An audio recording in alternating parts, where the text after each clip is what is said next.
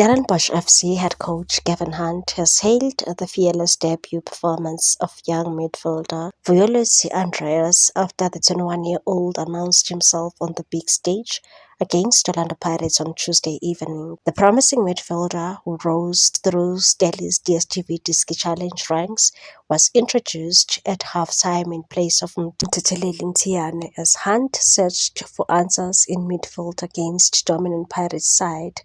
Despite the pressure of making his professional debut against one of the country's biggest clubs, Vuyoletsi showed maturity beyond his years, calm in possession and aggressive off the ball.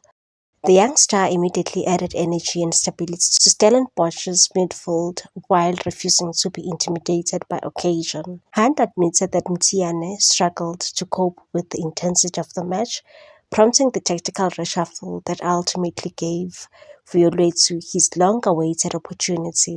And said, "I just thought he wasn't at the races and we needed a bit more energy."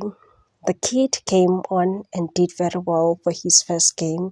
He's not fully fit yet, but I thought he helped us settle a bit more in midfield and get closer to them. The experienced coach was visibly encouraged by the youngster's composure, especially considering the difficult circumstances of the match against title-chasing Pirates. Violet's rise has been years in the making.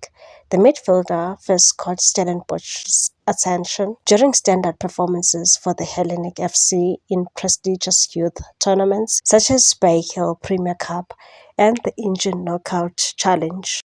After joining Stellenbosch's under-18 structures, his steady development earned him a promotion to the reserve side under coach Evangelos Vellios in 2022, a journey that fittingly included a reserve team debut against Pirates as well. Now, after finally making his senior breakthrough, Vuyoletsi will be eager to build on his impressive cameo when Stellenbosch face fellow top 8 hopefuls Durban City at Chatsworth Stadium on Friday night.